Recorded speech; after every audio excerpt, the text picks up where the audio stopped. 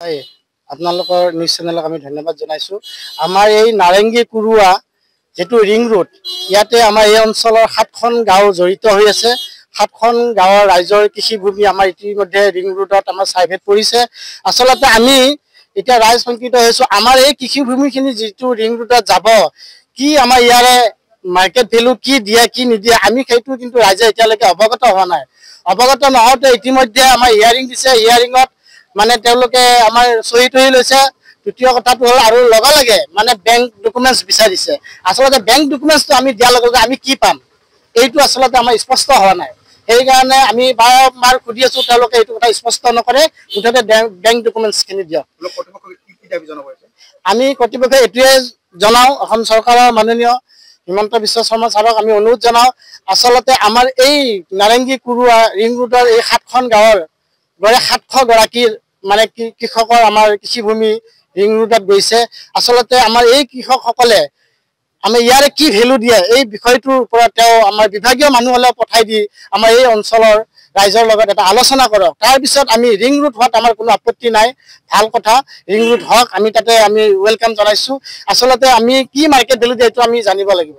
আপোনালোকৰ চেনেলৰ জৰিয়তে অসম চৰকাৰক এতিয়া জনাব বিচাৰিছোঁ আমি চৰকাৰখনৰ ওপৰত আমাৰ আস্থা আৰু মৰম আগৰ পৰাই আছে। আমাক চৰকাৰখনে আমাক এনেকুৱা কৰিব বুলি আমি জীৱনত হয়তো ভবা নাছিলোঁ। আমাৰ এই কুৰুৱা গাঁওখনত এতিয়ালৈকে কুৰুৱা গাঁৱৰ আৰু ভেহেনি চাপৰি আৰু ভাটি কুৰুৱা আৰু খুকটাগুৰি ফাল গোটেই মিলি ৰিং ৰোডত বহুত মাটি গৈছে। তাতে মানে আবণ্টন পোৱা মাটিও কিছুমান গৈছে আৰু খেতিৰ মাটিও গৈছে।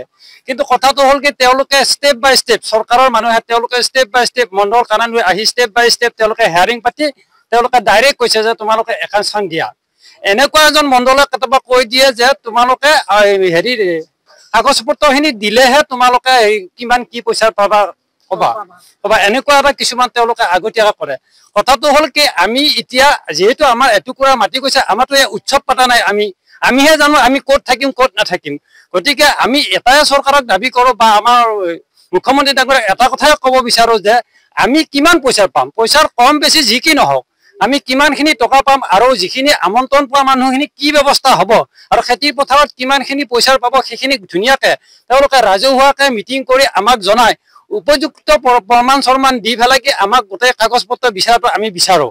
আমি চৰকাৰে আমাৰ এটা ৰিং ৰোড হোৱাত আমি কোনোদিনে বাধা নকৰোঁ। চৰকাৰৰ বস্তু আমি চৰকাৰক দিবই লাগিব। কিন্তু আমি খিলঞ্জীয়া মানুহ হিচাপে আমি কি পাম কি নাপাম এইখিনি স্পষ্টকৈ আমাক চৰকাৰে ক'লে ভাল। তেতিয়া আমি উপযুক্ত তাৰমানে তেওঁলোকক আমি কাগজ পত্ৰ দিয়াত আমি ৰেডি আছোঁ। যিকোনো খবৰৰ বাবে যোগাযোগ কৰক 7099017330 লগতে 7099017110 নম্বৰত।